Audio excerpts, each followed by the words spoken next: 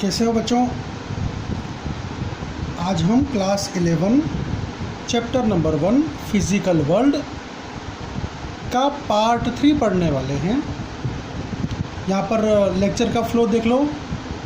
सबसे पहले fundamental forces in nature, 4 तरह की फंडामेंटल फोर्सेस इन नेचर हैं। Gravitational force, electrical force, strong nuclear force, weak nuclear force, इनके बारे में पढ़ेंगे, जानेंगे और समझेंगे। तो नोटबुक पेन लेकर के रेडी। देखो बच्चों, हमारे नेचर में बहुत तरह की फोर्सेस होती हैं और ये फोर्सेस क्या क्या हैं, जैसे कि फ्रिक्शन फोर्स, ग्रेविटेशनल फोर्स, है ना, electromagnetic force, magnetic force, electrical force, तरह तरह की forces, muscular force, spring force, दुनिया भर की हज़ारों टाइप की फोर्सेस मिलेंगी। एडहेसिव फोर्स, कोहेसिव फोर्स, हज़ारों टाइप की फोर्सेस मिलेंगी। अब देखो बच्चों, हम लोग पार्ट 1 में हमने एक टॉपिक पढ़ा था, समझा था, वो है यूनिफिकेशन। यूनिफिकेशन का मतलब ये होता है कि हम ऐसा प्रयास करते हैं कि जितने भी नेचर में घटित घटनाएं हैं, फिनोमिना हैं, उनके पीछे के हम कॉमन लॉ को पढ़ लें, उनके पीछे के जो कॉमन नियम हैं उनको हम जान लें, समझ लें, तो हम उन सभी हज़ारों लाखों जो अकरेंस हैं, घटनाएं हैं, फिनोमिना हैं, उनको बड़ी आसानी से समझ सकते हैं। तो यूनिफिकेशन ये फिजिक्स का धक्का है, फिजिक्स का थ्रस्ट है। तो हमने क्या किया कि हमारी प्रकृति में जितने भी तरह के फोर्सेस हैं उन सभी फोर्सेस को यूनिफाई किया और हमने ये देखा कि पूरी दुनिया में केवल 4 बेसिक डिस्क्रीट अपने आप में इंडिविजुअल फोर्सेस हैं। अब ये फोर्सेस कौन सी हैं वो देखते हैं। एक ग्रेविटेशनल फोर्स, दूसरा इलेक्ट्रोमैग्नेटिक फोर्स, तीसरा स्ट्रॉन्ग न्यूक्लियर फोर्स और चौथा वीक न्यूक्लियर फोर्स। अगर हम ये 4 फोर्सेस को पढ़ लें तो ये समझ लो कि नेचर में जितने भी तरह की घटनाएं हैं, जितने भी तरह के फोर्सेस हैं और उन फोर्सेस से रिलेटेड जो फिनोमिना है वो हम बड़ी आसानी से समझ सकते हैं। अच्छा, अब हम नोट डाउन कर लेते हैं। ये जो फंडामेंटल फोर्सेस हैं वो हैं ग्रेविटेशनल फोर्स, इलेक्ट्रिकल या electromagnetic force, strong nuclear force और वीक न्यूक्लियर फोर्स। अब दुनिया में आप किसी भी कोई भी तरह की फोर्स का नाम ले लो, जैसे कि स्प्रिंग फोर्स। तो स्प्रिंग फोर्स क्या है? तो स्प्रिंग फोर्स है इलेक्ट्रिकल फोर्स। चलो, फ्रिक्शन फोर्स, तो फ्रिक्शन फोर्स क्या है? तो भैया फ्रिक्शन फोर्स तो ये भी इलेक्ट्रिकल फोर्स ही है। तो हम दुनिया भर की किसी भी तरह की फोर्सेस का नाम ले दें, वो इन चारों में ही कैटेगराइज होने वाली है, वो इन चारों में ही कहीं ना कहीं आने वाली, अपना स्थान रखने वाली है। इन 4 बेसिक फोर्सेस के अलावा दुनिया में और कोई तरह की फोर्स है ही नहीं, ठीक है। और सबसे ज़्यादा अगर जहाँ फिनोमिना जो देखे जा सकते हैं, सबसे ज़्यादा जो घटनाएं समझी जा सकती हैं, उनमें अधिकतर है ना ये इलेक्ट्रिकल फोर्स बहुत ज़्यादा काम करता है, ठीक है। ओके, अगर हम ये देखें कि 2 पेपर को हम किसी एडहेसिव की मदद से आपस में उसको चिपका दें, तो यहाँ पर भी जो फोर्स है, बॉन्डिंग फोर्स का जो काम कर रहा है, वो इलेक्ट्रिकल फोर्स है।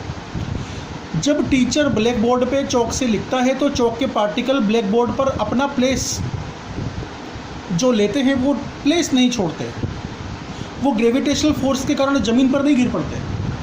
कौन? चौक के पार्टिकल जो ऑलरेडी बोर्ड पर प्लेस हो चुके हैं चौक घिसने से। तो यहाँ पर ऐसा कौन सा फोर्स है जो ग्रेविटेशनल फोर्स को भी ख़त्म करके, ग्रेविटेशनल फोर्स को नकार के चौक के पार्टिकल और बोर्ड के बीच लग रहा है? तो वो है इलेक्ट्रिकल फोर्स। ओके, तो अब हम क्या करते हैं, एक के बाद एक इन सारे फोर्सेस को समझते हैं। सबसे पहले समझते हैं ग्रेविटेशनल फोर्स के बारे में। देखो, जो ये ग्रेविटेशनल फोर्स है ना, ये ग्रेविटेशनल अट्रैक्शन फोर्स इसको भी कहते हैं। मतलब ये एक तरह का अट्रैक्शन फोर्स है। और इसकी खास बात यह है ग्रेविटेशनल फोर्स की कि ये कभी रिपल्सिव टाइप का नहीं होता, केवल और केवल अट्रैक्शन टाइप का ही ये फोर्स होता है। अब देखो, मान लो कि हमारे पास में एक बॉडी है, एक ऑब्जेक्ट है, उसका नाम है ए, दूसरा एक और ऑब्जेक्ट है, उसका नाम है बी। हम क्या करते हैं, इन दोनों ऑब्जेक्ट को सेपरेट करते हैं कुछ डिस्टेंस आर से, आर डिस्टेंस से सेपरेट करके रख दिया, ठीक है। तो R is the separation between object A and object B. Object A के पास में मास है m1, ऑब्जेक्ट बी के पास मास है m2, ठीक है। तो अब देखो बेटा, ग्रेविटेशनल फोर्स वो फोर्स होता है कि एक बॉडी दूसरे बॉडी के ऊपर अट्रैक्शन फोर्स लगा देती है, और ये अट्रैक्शन फोर्स इसीलिए लग पाता है क्योंकि बॉडी ए और बॉडी बी दोनों बॉडी के पास में मास होता है। ग्रेविटेशनल फोर्स दो अलग अलग बॉडी में रहे हुए मास नाम के लक्षण के कारण लगता है। अगर हम यहाँ से मास भी डिफाइन करना चाहें तो हम मास भी डिफाइन कर सकते हैं। हम क्या बोलेंगे पता है, mass is property of object.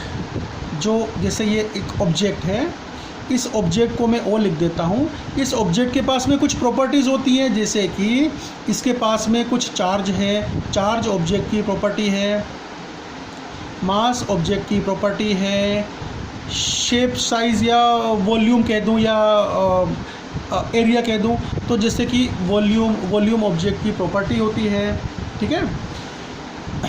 Object का टेस्ट भी उसकी प्रॉपर्टी होती है।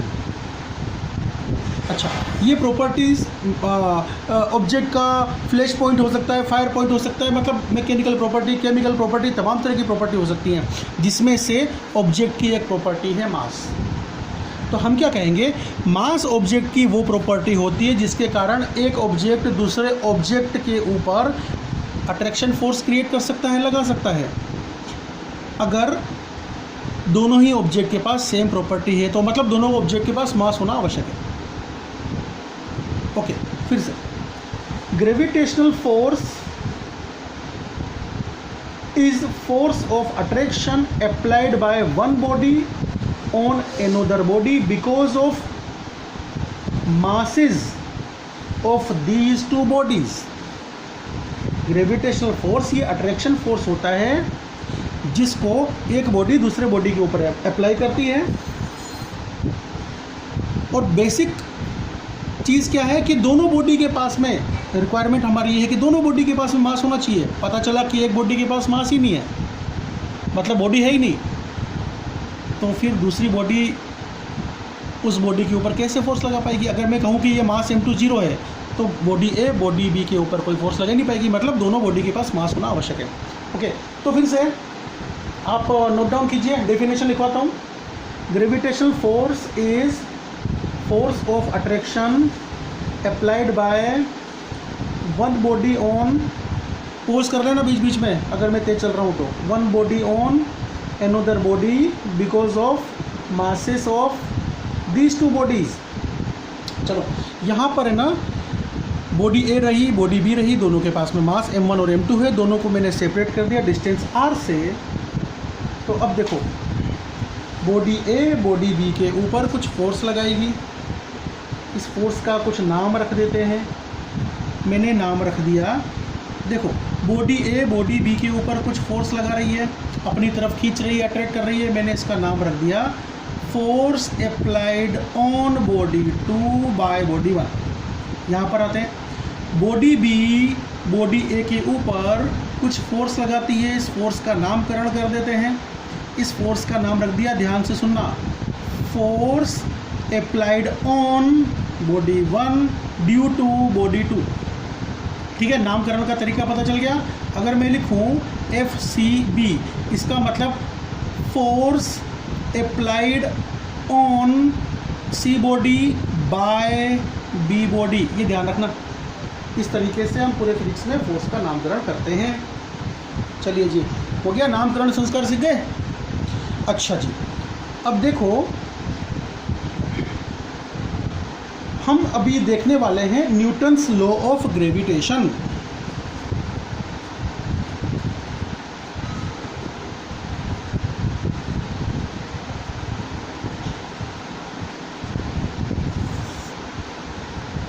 न्यूटन्स लॉ ऑफ ग्रेविटेशन में न्यूटन अंकल ने क्या एक्सपीरियंस किया? आचार्य न्यूटन ने ये अनुभव किया कि अगर हम अट्रैक्शन फोर्स की बात करें, बॉडी ए और बॉडी बी के अट्रैक्शन फोर्स की बात करें, इनके बीच लगने वाले ग्रेविटेशनल अट्रैक्शन फोर्स की बात करें, तो जो ये अट्रैक्शन फोर्स है ना, वो प्रोपोर्शन में होता है दोनों बॉडी के मासेस के प्रोडक्ट के। तो यहाँ पर मैंने लिखा कि gravitational attraction force is directly proportional to mass m1 multiplied by mass m2। इसका अर्थ ये हुआ, ओ आपको दिखा नहीं, दिख रहा है? ओके, तो इसका अर्थ ये हुआ कि अगर मैं दोनों बॉडी में से किसी एक बॉडी के मास को इंक्रीज कर दूं, मतलब मास m को मैं बहुत बड़ा कर दूं, तो ग्रेविटेशनल अट्रैक्शन फोर्स बढ़ जाएगी। अगर मैं इस मास को, मास m2 को, बॉडी b के मास m2 को मैं बहुत बड़ा कर दूं, तो भी अट्रैक्शन फोर्स बढ़ जाएगी। या मैं इन दोनों मासेस को मैं बहुत बड़ा रख दूं, तो भी ग्रेविटेशनल अट्रैक्शन फोर्स बढ़ जाएगी। मतलब ये हुआ कि जितना बड़ा मास, वो उतना ही ज़्यादा ग्रेविटेशनल अट्रैक्शन फोर्स अप्लाई कर पाएगा दूसरी बॉडी पर, सीधी सी बात है। और जितना छोटा मास होगा, मास m1 या m2 या दोनों की वैल्यू कम होगी, तो उनके बीच में ग्रेविटेशनल अट्रैक्शन फोर्स कम लगेगा। आप दो पेन को पास पास रख लो। जब आप दो पेन को पास पास रखते हो तो एक पेन दूसरे पेन के ऊपर कुछ ग्रेविटेशनल अट्रैक्शन फोर्स लगाता है, और ये इतना कम होता है कि एक्सपीरियंस नहीं किया जा सकता। मतलब एक्सपीरियंस नहीं हो पा रहा है, इतना कम फोर्स है, इसीलिए तो ये अट्रैक्ट होकर के पास में नहीं आ जा रहे। ठीक है ना? क्यों हो रहा है ऐसा? वो इसीलिए हो रहा है कि दोनों बॉडी का मास बहुत कम है, इसीलिए ग्रेविटेशनल अट्रैक्शन फोर्स कम लग रहा है ना, नेग्लिजिबल लग रहा है। अच्छा, दूसरी बात यह है कि बॉडी ए और बॉडी बी जिनके पास मास m1 m2 है, उनके बीच लगने वाला ग्रेविटेशनल अट्रैक्शन फोर्स, ये सेपरेशन, मतलब कि distance between body A and B, separation of these two bodies के स्क्वायर के इन्वर्सली प्रोपोर्शन में है। ध्यान रखना, इन्वर्सली प्रोपोर्शन की बात कर रहा हूँ। ये आर क्या है? Separation between mass m1 and mass m2, मतलब separation between these two body A and B. तो फिर से इसको कहता हूँ, पढ़ेंगे कैसे? इसको पढ़ना ऐसे है, gravitational attraction force between these two body A and B is inversely proportional to square of the separation of these two body, ऐसे पढ़ते हैं। ठीक है? अच्छा, इसका अर्थ ये होता है कि आप आर की वैल्यू को जितना बढ़ाओगे, आर की वैल्यू को बढ़ाओगे, तो ये एफ की वैल्यू कम होती जाएगी। मतलब ये होता है कि आप इस डिस्टेंस को दूर दूर दूर करते जाओ, मतलब सेपरेशन बिटवीन टू बॉडी को आप बढ़ाते जाइए। जितनी दो बॉडी आपस में एक दूसरे से दूर दूर होंगी, वो उतना ही कम ग्रेविटेशनल अट्रैक्शन फोर्स एक दूसरे के ऊपर लगा पाएंगी। ठीक है? तो अब हम ये दोनों नियमों को, इस नियम को और इस नियम को कंबाइंडली लिखे लेते हैं। तो हम कैसे लिखेंगे? चलो लिखते हैं। तो जब मैं इन दोनों को कंबाइंडली लिखूंगा, मिलाकर के लिखूंगा, तो मैं कुछ ऐसे लिखूंगा, F G is proportional to m1 into m2 upon R square.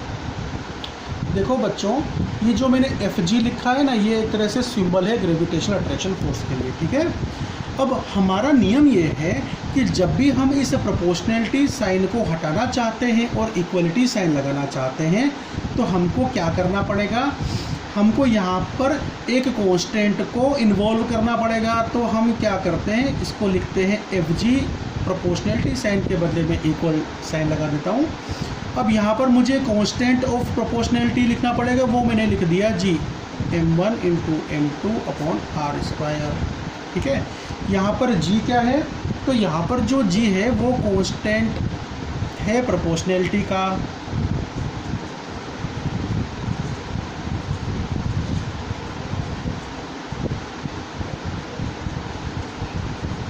ठीक है। अब देखो हमारा ये एक इक्वेशन बन गया, मतलब कि आचार्य न्यूटन ने हमें इस इक्वेशन के बारे में बताया। अब उन्होंने कई सारे प्रैक्टिकल्स किए और इसके अलावा कई सारे आचार्य हुए हैं जिन्होंने प्रैक्टिकल्स किए और प्रैक्टिकल्स करके और ये जी का वैल्यू फाइंड आउट किया। चलो अब हम यहाँ पर जी का वैल्यू लिखे लेते हैं। तो जी का वैल्यू हमको पता चला, आचार्यों ने हमको बताया, फिजिसिस्ट ने हमको बताया कि जी का वैल्यू 6.67 इंटू 10⁻⁻11 है। ये न्यूमेरिकल वैल्यू है और इसका जो यूनिट है वो यूनिट है न्यूटन इंटू मीटर स्क्वायर पर केजी स्क्वायर। ठीक है। ये जी, इसको हमने नाम दिया यूनिवर्सल। ध्यान रखना स्टार्टिंग में यूनिवर्सल लगा हुआ है, यूनिवर्सल ग्रेविटेशनल कांस्टेंट। ये यूनिवर्सल ग्रेविटेशनल कांस्टेंट, इसमें यूनिवर्सल शब्द को इसीलिए डाला हुआ है क्योंकि आप कहीं भी किसी भी चांद सितारे, चाहे कहीं किसी प्लेनेट पे चले जाओ, पूरे यूनिवर्स में कहीं भी हर जगह ग्रेविटेशनल कांस्टेंट का वैल्यू ये फिक्स होगा। इसीलिए यहाँ पर कहा गया है यूनिवर्सल ग्रेविटेशनल कांस्टेंट। बच्चों यहाँ पर कुछ इंक फैल गई थी और शुरू में मेरा विचार आया कि इस पेज को मैं आपके सामने न लेकर के आऊँ, लेकिन फिर मैंने सोचा कि प्रकृति ने हमें जो चीज़ें दी हुई हैं हमें उनका सदुपयोग करना चाहिए, उनको बिगाड़ना नहीं चाहिए। तो इस हेतु से मैं भले ही किसी को ये देखने में ख़राब लगे तो कोई बात नहीं है, पर हमारा हेतु अच्छा है, हमारा लक्ष्य अच्छा है कि हम चीज़ों का दुरुपयोग नहीं करेंगे, बिगाड़ नहीं करेंगे। तो इस हेतु से मैंने ये यहाँ पर इस पेज का प्रयोग किया है। तो डेफिनेशन नोट करते हैं बच्चों। Newton's law of gravitation. Gravitational attraction force between two bodies is directly proportional to product of masses of these two bodies। मतलब कि Fg is directly proportional to m1 into m2। ध्यान से पढ़ना और ध्यान से लिखना। And is inversely कौन is inversely? अरे gravitational force is inversely proportional to square of separation between these two bodies. मतलब कि Fg is inversely proportional to R square, square of the separation of these two body. Note करो फटाफट। चलो फिर से, यहाँ पर हमारे पास में बॉडी ए है, बॉडी ए के पास मास m1 है, बॉडी बी है, बॉडी पी के पास मास m2 है। इन दोनों को हमने सेपरेटली रखा हुआ है डिस्टेंस r लेकर के। तो r is the separation between body A and body B. Body A body B के ऊपर, मतलब बॉडी नंबर 1 बॉडी नंबर 2 के ऊपर या मास m1 मास m2 के ऊपर ग्रेविटेशनल फोर्स अप्लाई करता है, मतलब अपनी तरफ खींचता है। तो इस फोर्स का नाम है, हमारा रूल क्या था कि जब हम फोर्स लिखेंगे तो पहले ऑन वाला लिखेंगे और उसके बाद बाय वाला। तो किसके ऊपर फोर्स लग रहा है? बॉडी 2 के ऊपर। और कौन लगा रहा है? बॉडी 1 मतलब मास m1। तो force applied on body 2 by body 1। यहाँ पर आते हैं, देखो बॉडी बी अपने मास m2 के कारण बॉडी ए के ऊपर एक अट्रैक्शन फोर्स, अपनी तरफ खींचने वाला फोर्स लगाएगी। नामकरण सीख गए हो। Force applied on body 1 because of या ड्यू टू बॉडी 2, ये नामकरण लिख दिया। चलो जी, फोर्स क्या होता है? एक वेक्टर क्वांटिटी होती है, मतलब फोर्स की डायरेक्शन भी होती है। अच्छा, अब देखो बच्चों, मैं आपको यहाँ पर बता रहा हूँ लाइन ऑफ एक्शन के बारे में। ये जो मैं यहाँ पर देखो ये रेड कलर से बना रहा हूँ, ये जो है ना ये है लाइन ऑफ एक्शन। मतलब कि दोनों बॉडी के सेंटर से पास होने वाली जो लाइन है ना, ये लाइन ऑफ एक्शन है। किसके एक्शन की लाइन है? फोर्स के एक्शन की लाइन है। तो ये लाइन ऑफ एक्शन है जो कि दोनों बॉडी के सेंटर से पास हो रही है। अब देखो यहाँ पर खास बात क्या है, विशेष बात ये है कि ये जो फोर्स F12 है, इसका डायरेक्शन फोर्स F21 के अपोजिट में है। तो यहाँ पर इसको हम ऐसे लिखते हैं कि फोर्स F12 का डायरेक्शन फोर्स F21 की डायरेक्शन के अपोजिट डायरेक्शन में है, इसीलिए हमने ये नेगेटिव साइन लगाया। ये नेगेटिव साइन क्यों लगाया? हमको ये नेगेटिव साइन क्या बताता है? अपोजिट, कौन अपोजिट? डायरेक्शन। ओके, तो यहाँ से हमको क्या पता चलता है? यहाँ से हमको ये पता चलता है कि दोनों फोर्सेस अपोजिट डायरेक्शन के हैं, लेकिन इन दोनों फोर्सेस की मात्रा समान है। मतलब F12 is equal to F21, दोनों फोर्सेस की मात्रा समान है। देखो बच्चों, आपको वेक्टर में मैं वेक्टर्स के वीडियो बनाऊंगा, मैं आपको बताऊंगा कि ये सिंबल क्या होते हैं, क्यों होते हैं, कैसे लगाते हैं। पर हाल फिलहाल ये समझ लो कि मान लो बॉडी ए और बॉडी बी के बीच में 10 न्यूटन फोर्स है, तो बॉडी ए बॉडी बी को अपनी तरफ 10 न्यूटन फोर्स से खींचेगी और बॉडी बी बॉडी ए को अपनी तरफ 10 न्यूटन फोर्स से खींचेगी। तो दोनों फोर्सेस की जो मात्रा है ना, दोनों फोर्सेस के जो मैग्नीट्यूड है ना, वो तो इक्वल हैं, 10 न्यूटन, लेकिन ये विरोधी डायरेक्शन में है, अपोजिट डायरेक्शन में है। तो अगर हम केवल ये बात लिख दें तो ये बात हमको दोनों चीज़ें बता देगी। अगर हम ऐसा लिख दें कि दोनों फोर्सेस अपोजिट डायरेक्शन में है, लेकिन उनकी मात्रा समान है, ठीक है, मैग्नीट्यूड समान है। ओके, अब इसमें से आप किसी को भी एक्शन फोर्स मान लो, किसी को भी रिएक्शन फोर्स मान लो।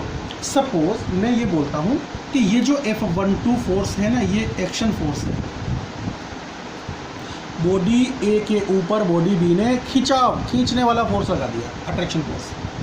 तो बॉडी ए ने भी बॉडी बी के ऊपर एक अट्रैक्शन फोर्स लगा दिया। तो अगर मैं इसको एक्शन फोर्स कहूँ तो इसको मैं रिएक्शन फोर्स बोल देता हूँ कि ये रिएक्शन फोर्स है, ठीक है। हमको यहाँ पर क्या दिखाई दिया? हमको यहाँ पर एक्शन रिएक्शन फोर्सेस की पेयर दिखाई दी। अब आपको जब आप न्यूटन्स लॉ ऑफ मोशन पढ़ोगे और फोर्सेस के बारे में आपको मैं अगले चैप्टर्स में बताऊंगा, तब मैं आपको एक्शन रिएक्शन के बारे में ठीक से समझाऊंगा। ये बात केवल यहीं पर एक्शन रिएक्शन की ख़त्म नहीं होती है, बहुत सारी चीज़ें हैं वो मैं आपको बताऊंगा, ठीक है ना। पर हाल फिलहाल आप इतना समझ लो कि एक फोर्स जब भी पैदा होता है नेचर में, वो अकेला नहीं होता है, एक्शन रिएक्शन के पेयर में ही होगा, चाहे कुछ हो जाए, यह अटल सत्य है। देखो, फोर्स ऑफ ग्रेविटी, तुमने सुना है फोर्स ऑफ ग्रेविटी? अरे फोर्स ऑफ ग्रेविटी का मतलब, मान लो कि सपोज ये एक पेन है, इस पेन के ऊपर अर्थ फोर्स लगा रही है ना, और देखो जैसे मैंने पेन को छोड़ा, ये पेन नीचे की तरफ गया towards the centre of earth. तो फोर्स ऑफ ग्रेविटी क्या है? फोर्स ऑफ ग्रेविटी ये ग्रेविटेशनल अट्रैक्शन फोर्स का ही एक केस है। तो आप नोट डाउन कर लो, force of gravity is a case of gravitational attraction force. Force of gravity is a case of gravitational attraction force, ठीक है। आगे बढ़ते हैं। अब हम देखेंगे कि ग्रेविटेशनल अट्रैक्शन फोर्स के लक्षण क्या है, characteristics of gravitational attraction force, ठीक है।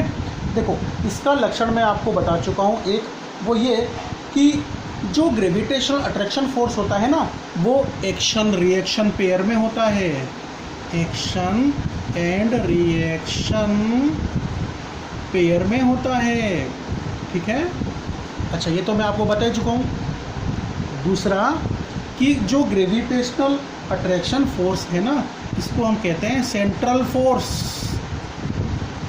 ये सेंट्रल फोर्स क्यों कहते हैं? क्योंकि जो लाइन ऑफ एक्शन है ना, जो कि दोनों बॉडी के सेंटर से पास हो रही है, तो ये लाइन ऑफ एक्शन पर ही लगता है, ठीक है ना। मैंने आपको लाइन ऑफ एक्शन दिखाई दी ना, बॉडी ए बॉडी बी, ये लाइन ऑफ एक्शन, ठीक है।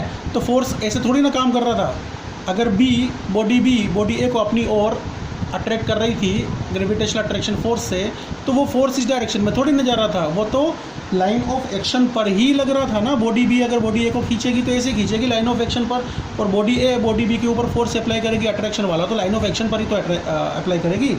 इसीलिए कहा गया है कि ये जो ग्रेविटेशनल अट्रैक्शन फोर्स होता है ना, ये एक्शन रिएक्शन पेयर होता है। अच्छा, एक बात समझ लो, ध्यान से सुनना।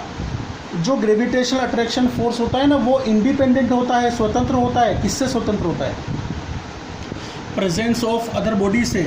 तो यहाँ पर मैं लिख रहा हूँ इंडिपेंडेंट। देखो मैं बेटा जल्दी जल्दी लिख रहा हूँ, आप स्पेलिंग खुद देख लेना, ठीक है, अपने हिसाब से लिख लेना। मैं जल्दी में मैं आपको समझा रहा हूँ तो समझाने में और मेरा ध्यान यहाँ पर स्पेलिंग में नहीं होता है, ठीक है। तो ग्रेविटेशनल अट्रैक्शन फोर्स इंडिपेंडेंट होता है। किससे इंडिपेंडेंट होता है? Independent of presence of other body. एक बात समझ लो कि मान लो मैं आपके साथ बैठा हुआ हूँ, मैं आपका टीचर, आप मेरे प्यारे बच्चे स्टूडेंट, ठीक है। अब मैं और आप बैठे हुए हैं, हमारे बीच में एक रिलेशन है। चलो जी, ये एक रिलेशन है हमारे बीच में, ये रहा टीचर और ये रहा स्टूडेंट। मान लो कि आपका पड़ोसी वो यहाँ पर आके बैठ गया और इसको मैं पड़ोसी पी लिख देता हूँ। तो बच्चों एक बात ये ध्यान रखना कि किसी और के प्रेजेंट हो जाने मात्र से हमारा जो संबंध है उस पर कोई प्रभाव नहीं पड़ता। मान लो टी नाम का और एस नाम का दो दोस्त हैं, दो मित्र हैं, इन दोनों के बीच मित्रता है। अब मान लो कि पी नाम का कोई और व्यक्ति या आपका ही कोई मित्र आपके पास में आ गया, तो आपकी जो आपस की मित्रता है उसके ऊपर कोई फ़र्क पड़ने वाला नहीं है, ठीक है। अब इसको मैं कुछ इस तरीके से समझाता हूँ कि मान लो सपोज़ ये बॉडी 1 है जिसके पास मास m1 है, ये बॉडी 2 है जिसके पास मास m2 है। इन दोनों के बीच में जो रिलेशन है, मतलब कांटेक्ट है, वो इनके बीच का जो रिलेशन है, वो रिलेशन का मतलब क्या है? इनके बीच के इंटरेक्शन का क्या मतलब है? इनके बीच के इंटरेक्शन का मतलब है ये force applied on body 1 by body 2। Force applied on body 2 by body 1, ठीक है। अब हम क्या करते हैं, एक और बॉडी को प्रेजेंट कर देते हैं। चलो बॉडी m3 आ गई यहाँ पर। तो ये लाइन क्या कह रही है? Independent of presence of other bodies का मतलब समझना। देखो बॉडी m3 के ऊपर बॉडी m2 एक फोर्स लगाएगी, ये फोर्स लगाएगी अट्रैक्शन फोर्स, और ये फोर्स होगा force on body 3 by body 2। Body 3 के ऊपर मास m3 के ऊपर मास m1 कुछ फोर्स लगाएगा और ये फोर्स हो गया force on body 3 by body 1। अब देखो मास m2 के ऊपर m3 एक फोर्स लगाता है अट्रैक्शन फोर्स, तो नाम लिखते हैं force applied on mass 2 because of mass 3। यहाँ पर आते हैं मास m3 मास m1 को अपनी ओर खींच रहा है, ग्रेविटेशनल अट्रैक्शन फोर्स लगा रहा है। Force applied on body 1 mass 1 by body 3। मैंने सभी फोर्सेस के नाम लिख दिए बच्चों। अब देखो जब वो m3 बॉडी नहीं थी तो ये फोर्सेस नहीं थे, ये भी नहीं था, ये भी नहीं था, ये भी नहीं था, ये भी नहीं था, ये भी नहीं था, तो कौन था? बस ये फोर्सेस थे, ठीक है, F12 एंड F21। लेकिन मैं ये कह रहा हूँ कि जब बॉडी मास m3 यहाँ पर आ गया तो क्या ये फोर्स F12 डिलीट हो गया, गायब हो गया? नहीं, वो तो एज इट इज़ है। मास m3 के प्रेजेंट हो जाने से क्या फोर्स F21 जो पहले था वो गायब हो गया, डिसअपियर हो गया, डिलीट हो गया? नहीं, अभी भी है। तो मास m3 के प्रेजेंट हो जाने से नए फोर्स तो क्रिएट हो सकते हैं, ये सभी। लेकिन जब ये मास नहीं था, मास m3 नहीं था, तब m1 और m2 के बीच जो फोर्सेस लगते थे वो फोर्सेस मास m3 के आ जाने से भी एज इट इज़ प्रेजेंट रहते हैं, ठीक है। अब इस वाक्य का अर्थ समझ चुके। इंडिपेंडेंट ऑफ, कौन independent of? Gravitational attraction force is independent of presence of other body या अदर मास, ठीक है। ये सेंटेंस समझ लिया ना?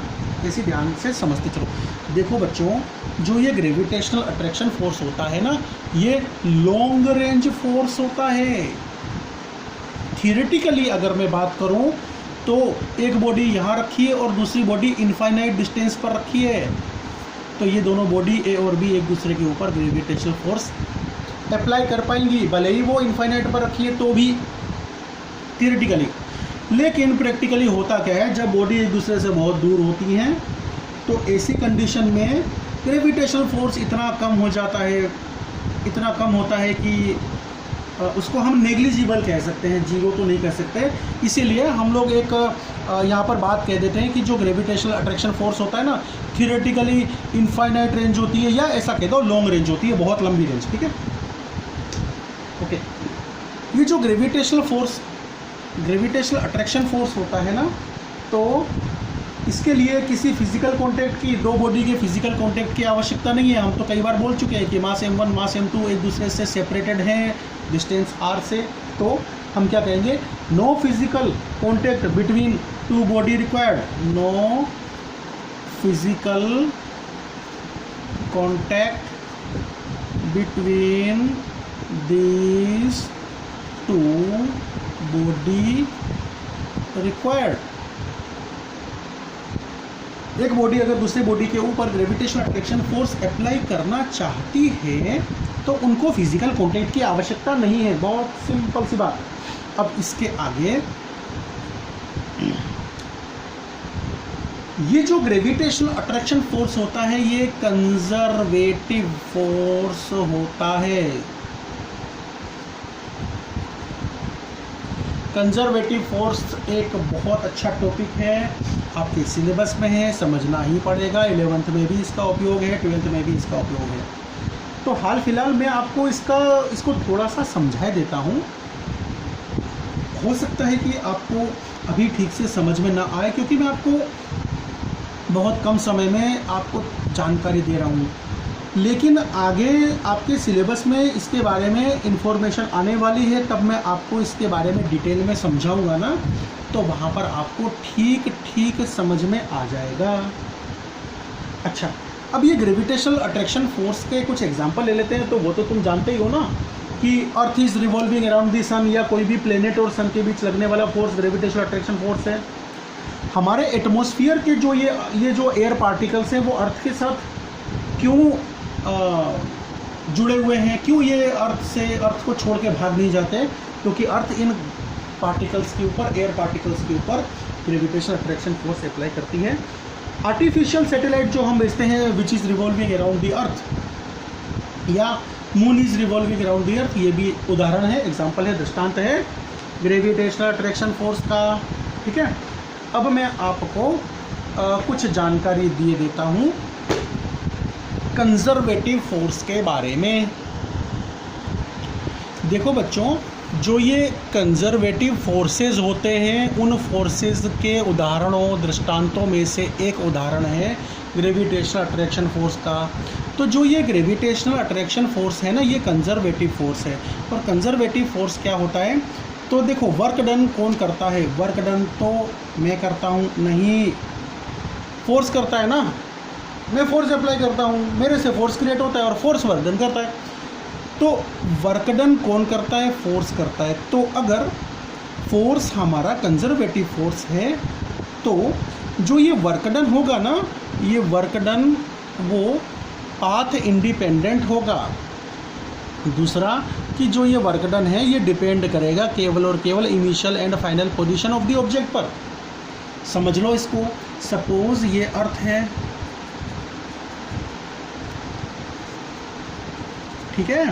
अब हमने क्या किया, एक ऑब्जेक्ट लिया, इस ऑब्जेक्ट को हमने उठाया, उठा करके हम ऐसे लेके गए। ओके, तो देखो बेटा, मैं वर्क डन बाय मी की बात नहीं कर रहा, मैं बात कर रहा हूँ work done by gravitational force की। मैंने आपको पहले भी बताया है कि ये टॉपिक आपको मैं बता रहा हूँ, वो कम समय में बता रहा हूँ। अभी आपके इस चैप्टर में सिलेबस में नहीं है, लेकिन आगे के चैप्टर में सिलेबस में है, वहाँ पर मैं आपको डिटेल में बताऊँगा। देखो बच्चों, work done by gravitational attraction force, उसमें क्या होगा, अगर आप यहाँ से ऑब्जेक्ट को उठा करके यहाँ पर लेके जाते हो, एकदम वर्टिकली स्ट्रेट उठा के लेके जाते हो इस लेवल पर, ठीक है ना, तो वर्क डन होगा ग्रेविटेशनल अट्रैक्शन फोर्स के कारण।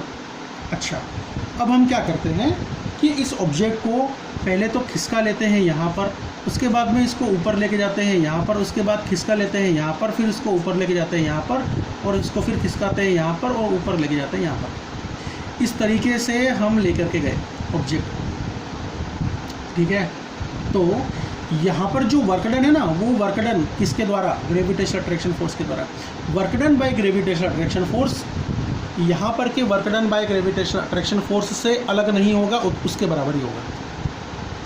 मतलब आप कोई भी पाथ चूज़ कर लो, चाहे आप ऑब्जेक्ट को कुछ इस तरीके से लेके जाओ, इस रास्ते से लेके जाओ, ये नीचे लाओ, ऊपर लाओ, ये लेके यहाँ लाके रख दो, ठीक है, तो भी work done by gravitational attraction force वो उतना ही होगा जितना यहाँ पर है, क्योंकि आपने टोटल वाई डायरेक्शन में जो डिस्प्लेसमेंट करवाया ना, वो तो इतना ही है, ठीक है। तो यहाँ पर किस रास्ते से आप लेकर के गए हो, किस रास्ते से फोर्स लगाते लगाते लगाते लगाते आप ऑब्जेक्ट को लेके गए हो, ये रास्ते से कोई लेना देना नहीं है work done by gravitational attraction force का। वो पाथ इंडिपेंडेंट है, तो डिपेंड किसके ऊपर करता है? Initial and final position, initial and final position, initial and final position, ठीक है, depend on initial and final position. तो ग्रेविटेशनल अट्रैक्शन फोर्स एक ऐसा फोर्स है जो कि जिसके द्वारा अगर वर्क डन हुआ हो तो वो रास्ते पर, पाथ पर डिपेंड नहीं करता, वो केवल इनिशियल और final position of the object पर डिपेंड करता है।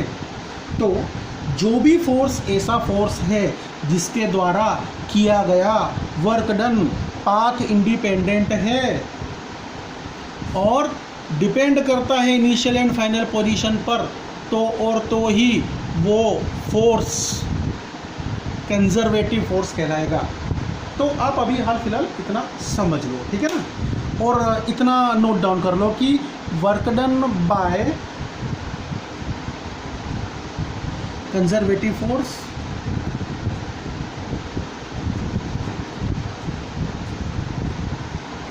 Work done by conservative force is path independent and depend on initial and final position. बस इतना नोट कर लो, ठीक है।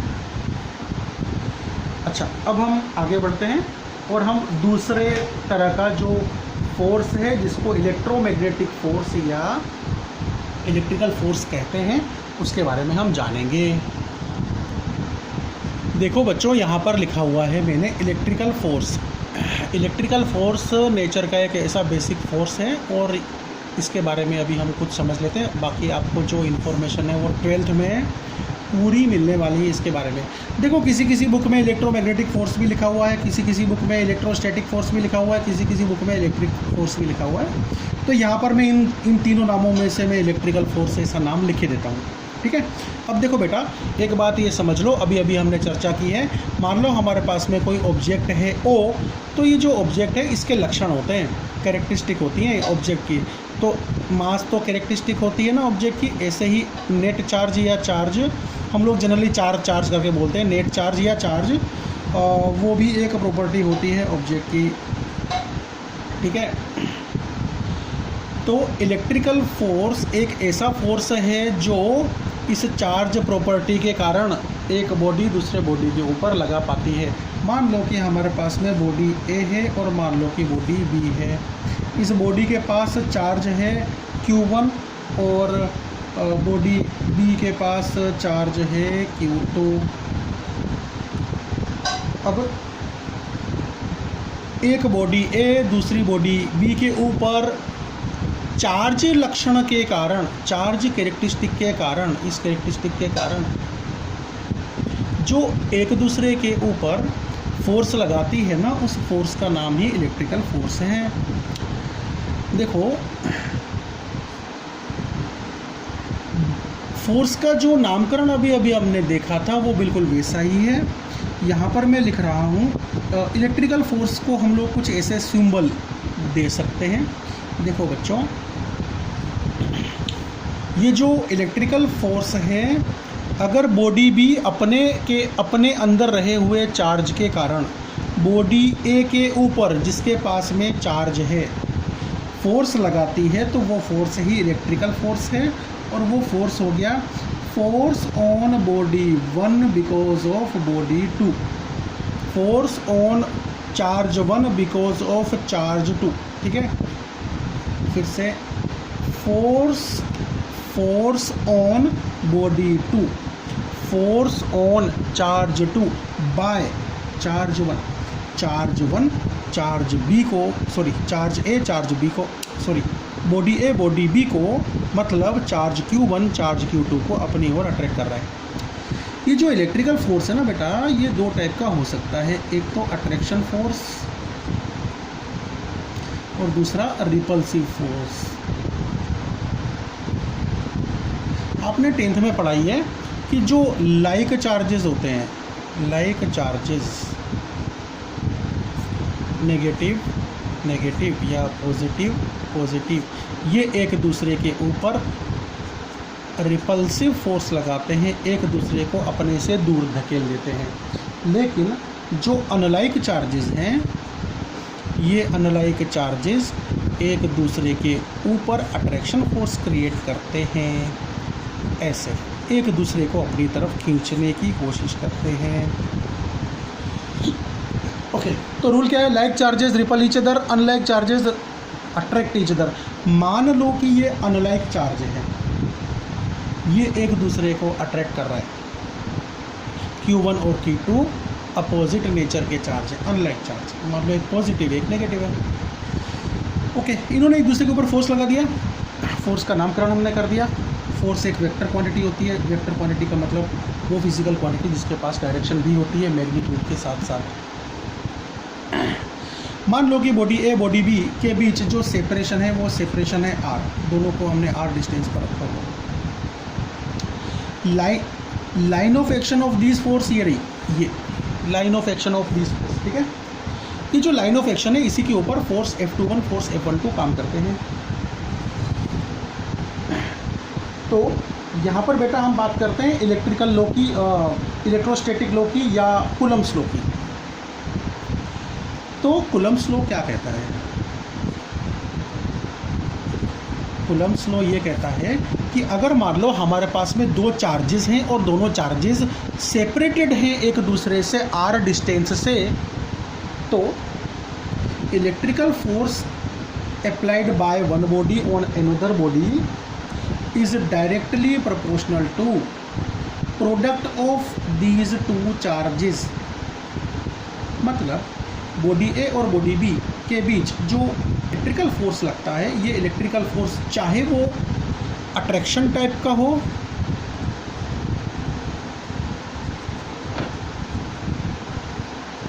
या रिपल्सिव टाइप का, जो ये इलेक्ट्रिकल फोर्स है, ये इलेक्ट्रिकल फोर्स प्रोपोर्शन में होता है दोनों चार्जेस के मल्टीप्लिकेशन के। मतलब आप चार्ज Q1 को इंक्रीज़ करो या Q2 को इंक्रीज़ करो या इन दोनों को ही इंक्रीज़ करो, जब आप इनका प्रोडक्ट करोगे तो वो प्रोडक्ट का वैल्यू ज़्यादा आएगा ना, मतलब ये हुआ कि फोर्स ज़्यादा लगेगा।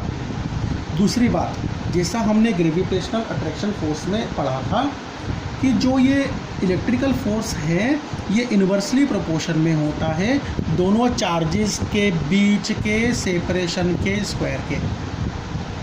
तो electrical force is inversely proportional to square of the separation of these two charges. वहाँ पर हमने जहाँ जहाँ मास बोला था, यहाँ पर हम चार्ज बोल रहे हैं। अगर हम अब बिल्कुल वैसे ही अब फटाफट करते हैं, तो इन दोनों को मैं कंबाइंडली लिखता हूँ। F E is proportional to Q1 Q2 upon R square. जैसे जैसे आप सेपरेशन को बढ़ाते जाओगे, दूर दूर दूर चार्जेस को रखोगे, उतना ही वो एक दूसरे के ऊपर कम फोर्स अप्लाई कर पाएंगे।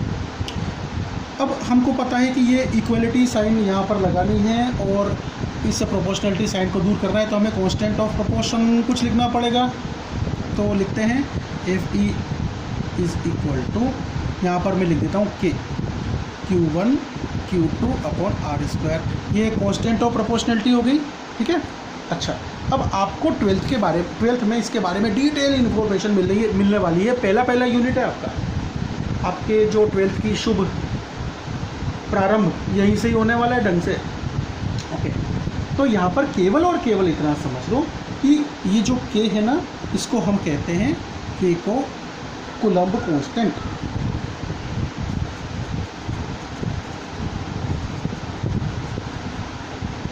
ठीक है। अच्छा, ये जो कोलम्ब कांस्टेंट है इसका वैल्यू क्या होता है वो लिख लो। देखो, Coulomb constant K is equal to 1/4 pi epsilon 0। यहाँ पर एक कंडीशन है, इफ़ मीडियम इज एयर और वैक्यूम। देखो बच्चों, जो ग्रेविटेशनल अट्रैक्शन फोर्स था ना पहले वाला, वो किसी मीडियम पर डिपेंड नहीं करता था। मीडियम चाहे कुछ भी हो, ग्रेविटेशनल अट्रैक्शन फोर्स के ऊपर वो किसी भी तरह का कोई प्रभाव डाल नहीं सकता था। तो वहाँ पर जाके आप नोट कर लो, और मैंने तो आपके लिए नोट्स बना रखे हैं। वहाँ पर आपको मैं नंबर देता रहता हूँ, तो आप वहाँ पर मैसेज भेज करके नोट्स प्राप्त कर सकते हो, आपके लिए ये। ओके, तो यहाँ पर जो K का वैल्यू है वो 1/4 पाई एप्सिलॉन 0 है, और एप्सिलॉन 0 क्या होता है? परमिटिविटी, एब्सोल्यूट परमिटिविटी, या परमिटिविटी ऑफ एयर और वैक्यूम, या परमिटिविटी ऑफ फ्री स्पेस। आप कुछ भी नाम याद कर लो, मैं लिख देता हूँ।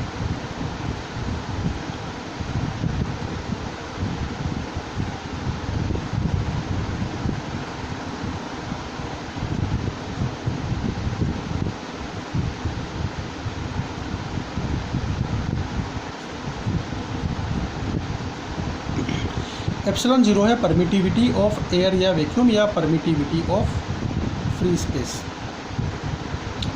अच्छा, अब K का वैल्यू होता है 1/4 पाई एप्सिलॉन 0, और ये होता है 9 × 10⁹ न्यूटन मीटर स्क्वायर पर कूलम्ब स्क्वायर। आप इसे नोट डाउन कर लो और हाल फिलहाल याद रख लो। इसके बारे में बस थोड़ी सी इन्फॉर्मेशन कभी उसका प्रयोग हो सकता है 11th के सिलेबस में, बाकी 12th में तो आपको भरपूर इसके बारे में जानकारी दी जाएगी, ठीक है। पर हाल फिलहाल आप इतना नोट डाउन कर लो। अब हम देखते हैं कि ये जो इलेक्ट्रिकल फोर्स हैं, ये इलेक्ट्रिकल फोर्स के लक्षण क्या हैं, ठीक है। लक्षणों के बारे में देखेंगे। तो पहला लक्षण, लक्षणों से पहले बच्चों कूलम्ब्स लॉ लिख लो। चलो मैं तुमको लिखवा देता हूँ, और लिखो, if two bodies having net charge separated by some distance, then electrical force between these two charges is directly proportional to multiplication या product of these two charges and indirectly proportional to square of the separation of these two charges। ठीक है, मैंने आपको wordings पे बोला है, आप इसको लिख लो, और अगर मैंने जल्दी बोल दिया है तो आप पॉज करते हुए नोट डाउन कर लो, या आप वीडियो को बैक भी कर सकते हो, ठीक है। ये जो कूलम्ब्स लॉ है ना, ये एप्लीकेबल है, applicable two point charge only. मतलब कि मान लो कि हमारे पास में एक बॉडी है कुछ इस तरह की, और एक और बॉडी है वो कुछ इस तरह की है। अगर इन दोनों बॉडीज़ के बारे में बात की जाए तो यहाँ पर कूलम्ब्स लॉ अप्लाई नहीं करते हैं। ये सब आपको 12th में बताया जाएगा। जो ये पॉइंट चार्जेस होते हैं ना, इन पॉइंट चार्जेस के ऊपर ही कूलम्ब्स लॉ एप्लीकेबल है। अब ये पॉइंट चार्जेस क्या होते हैं, तो ऐसा समझ लो हाल फिलहाल कि बहुत छोटे छोटे जो चार्ज हैं उनको हम पॉइंट चार्ज कहते हैं। मतलब चार्जेस का जो सेपरेशन है वो बहुत ज़्यादा होता है चार्जेस के, मतलब चार्जेस के साइज़ के मुकाबले। देखो बच्चों, चार्जेस तो अपने आप में एक लक्षण होता है, पर बोलने के लिए बोल देते हैं कि दो चार्ज को हमने सेपरेट किया। वास्तव में दो बॉडी को सेपरेट किया है, और दोनों बॉडी के ऊपर कुछ नेट चार्ज है। असली मतलब ये है। ये सब भी आपको ठीक से क्लियर हो जाएगा, आप 12th में आ जाओ, ठीक है। और हमारा तो एक दूसरे से संपर्क चलता ही रहेगा। अच्छा, तो हाल फिलहाल ये समझ लो कि जो ये पॉइंट चार्ज है, इसका मतलब ये हो गया कि ये दोनों चार्जेस जिस बॉडी में है वो बॉडीज़ है ना, बहुत छोटी छोटी हैं साइज़ में, और इनके बीच का जो सेपरेशन है वो बहुत ज़्यादा है। मतलब कि जो ये साइज़ ऑफ बॉडी है ना, वो बहुत कम है सेपरेशन के मुकाबले। ये अर्थ हो गया पॉइंट चार्ज का। बस आप इतना ध्यान रखो, पॉइंट चार्ज के ऊपर ही एप्लीकेबल है कूलम्ब्स लॉ। ओके, हम लोग इसकी कैरेक्टरिस्टिक के बारे में बात कर रहे थे। तो characteristics of electrical force, characteristics of electrical force, ठीक है, ये पढ़ते हैं। तो देखो हमको ये पता है कि जो ये इलेक्ट्रिकल फोर्स होता है ना, ये एक्शन रिएक्शन वाला पेयर होता है, ठीक है, बिल्कुल वैसे ही जैसे ग्रेविटेशनल अट्रैक्शन फोर्स हुआ करता था। दूसरा, ये जो इलेक्ट्रिकल फोर्स है ना, ये अट्रैक्शन टाइप का भी हो सकता है, रिपल्सिव टाइप का भी हो सकता है। तो it can be of attraction type, it can be of repulsive type. Spelling को देख लेना। अच्छा, ये जो फोर्स है ना, फिर से मैं बोलता हूँ, ये फोर्स लॉन्ग रेंज फोर्स है। लॉन्ग रेंज मतलब थियोरेटिकली देखा जाए ना तो इनफाइनाइट, थियोरेटिकली इनफाइनाइट रेंज है इसकी। ओके, ये है लॉन्ग रेंज फोर्स। ये भी सेंट्रल फोर्स है। मैंने आपको बताया ग्रेविटेशनल फोर्स में भी कि सेंट्रल फोर्स क्या होता है। दोनों जो चार्जेस हैं उनके सेंटर से पास होने वाली जो लाइन है, मतलब जो वहाँ पर मैंने लाइन ऑफ एक्शन बता रखी है, ये लाइन ऑफ एक्शन के ऊपर ही काम करने वाला फोर्स है। देखो ये जो इलेक्ट्रिकल फोर्स है ना, ये ग्रेविटेशनल फोर्स के मुकाबले 10⁻36 टाइम्स ज़्यादा ताकतवर है, ज़्यादा शक्तिशाली है। इलेक्ट्रिकल फोर्स ग्रेविटेशनल फोर्स के मुकाबले 10⁻36 टाइम्स ज़्यादा शक्तिशाली है। अच्छा, ये जो फोर्स है ना, ये ओबे करता है। किसको ओबे करता है, किसको फॉलो करता है? इनवर्स स्क्वायर लॉ को। किसको? इनवर्स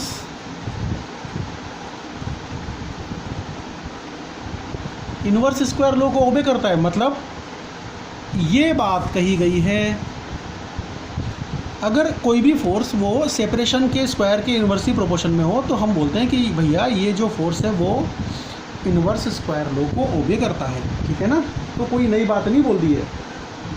ठीक है, देखो बच्चों, मैंने तुमको बताया कि सातवीं जो एक कैरेक्टरिस्टिक बता रहा हूँ मैं आपको कि ये जो फोर्स होता है ना, ये डिपेंड करता है मीडियम पर। तो मैं बोलूँगा डिपेंड ऑन मीडियम। ठीक है, ये भी कंजर्वेटिव फोर्स है। अब मैं तुमको कंजर्वेटिव फोर्स बताने की आवश्यकता नहीं है, जो समझना था वो तुमने समझ लिया। बाद में आगे के चैप्टर में डिटेल में बताऊंगा कि कंजर्वेटिव फोर्स क्या होता है। तो यहाँ पर लिखो कि जो इलेक्ट्रिकल फोर्स है वो कंजर्वेटिव फोर्स होता है। और ये जो इन्वर्स स्क्वायर लॉ है ना, ये इन्वर्स स्क्वायर लॉ को तो इलेक्ट्रिकल फोर्स भी फॉलो करता है और ग्रेविटेशनल फोर्स भी फॉलो करता है। ठीक है, तो ये लक्षण आप वहाँ पर भी लिख सकते हो। अब इसके उदाहरण क्या क्या हैं, एग्जाम्पल क्या है, तो दृष्टांत देख लेते हैं। कूलम्स लॉ, इलेक्ट्रिकल फोर्स के एग्जाम्पल आप नोट कर सकते हो। Spring force, tension in spring, frictional force, elastic force, forces in molecules, adhesive force, adhesive solution, ये तमाम तरह के जो फोर्सेज हैं ये सभी के सभी इलेक्ट्रिकल फोर्सेज हैं। ठीक है, तो नोट डाउन करो और अब हम आगे बढ़ते हैं। बच्चों, मैं आपको यहाँ पर आपके लिए बनाए हुए नोट्स का सैंपल बता रहा हूँ। और जो बच्चे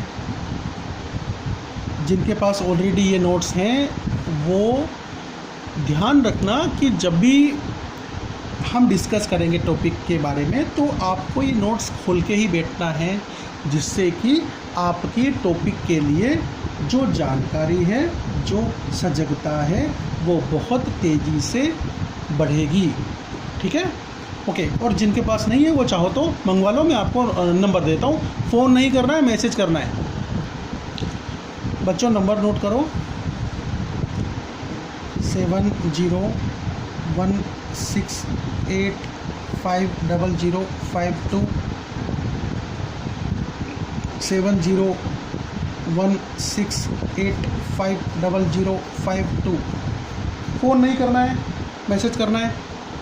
आगे बढ़ते हैं बच्चों। वीडियो यहाँ पर काफ़ी बड़ा हो चुका है, तो एक काम करते हैं कि हम इस वीडियो को यहाँ पर विराम देते हैं और आगे के दो जो फोर्सेस हैं उनके लिए हम नेक्स्ट वीडियो में चर्चा कर लेंगे। तो यहाँ पर हम विराम देते हैं। अगले वीडियो में, अगले लेक्चर में हम फिर से मिलते हैं। सभी को नमस्ते, जय श्री राम।